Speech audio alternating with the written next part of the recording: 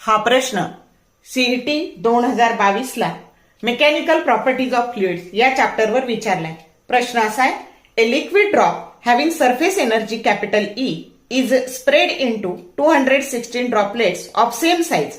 The final surface energy of the droplets is option A 8E, B 3E, C 2E and D 6E. आता आपल्याला काय दिलंय बघा, तर एक ड्रॉपलेट दिलाय आणि त्याचे 216 ड्रॉपलेट्स झालेले आहेत. तर याची सरफेस एनर्जी काढायची आहे. मग आधी हे जे ड्रॉपलेट्स आहे हे सेम साइज आहे आणि त्याची प्रत्येकाची रेडियस स्मॉल आर आहे. मग आता ह्या ड्रॉपची आणि ड्रॉपलेटची रेडियस याच्यातलं रिलेशन आधी मिळवायचं आणि त्याच्यासाठी याचं व्हॉल्यूम आणि 216 ड्रॉपलेटचा व्हॉल्यूम हा सेम असणार आहे.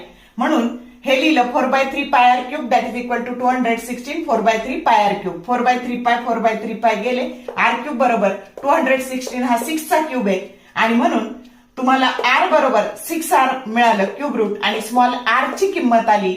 याची जेवढी रेडियस आहे त्याला 6 ने डिवाइड केलं की ही याची रेडियस होणार आहे. मग ही स्मॉल आर ची किंमत मिळवून घ्यायची या पद्धतीने. आता याची सरफेस एनर्जी त्याला ई म्हणायचं. त्याचा फॉर्म्युला असतो टी इंटू ए एरिया आणि याचा एरिया येणार आहे 4πr² आणि याची सरफेस एनर्जी याला म्हणायचं ई डॅश.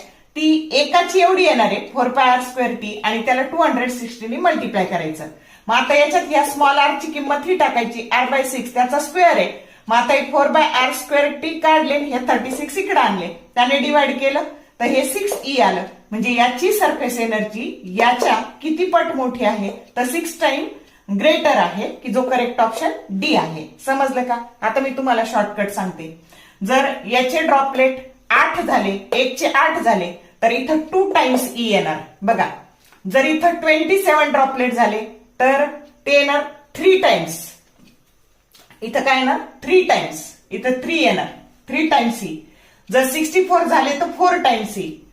125 ड्रॉपलेट झाले तर 5 टाइम्स सी. 216 झाले तर 6 टाइम्स. 343 टाइम्स झाले तर 7 टाइम्स. 512 झाले तर 8 टाइम्स आणि 729 जर झाले ड्रॉपलेट तर 9 टाइम्स. बघा, एवढ्या सगळ्या प्रश्नांची उत्तर मी तुम्हाला एका याच्या शॉर्टकटमध्ये सांगून टाकले.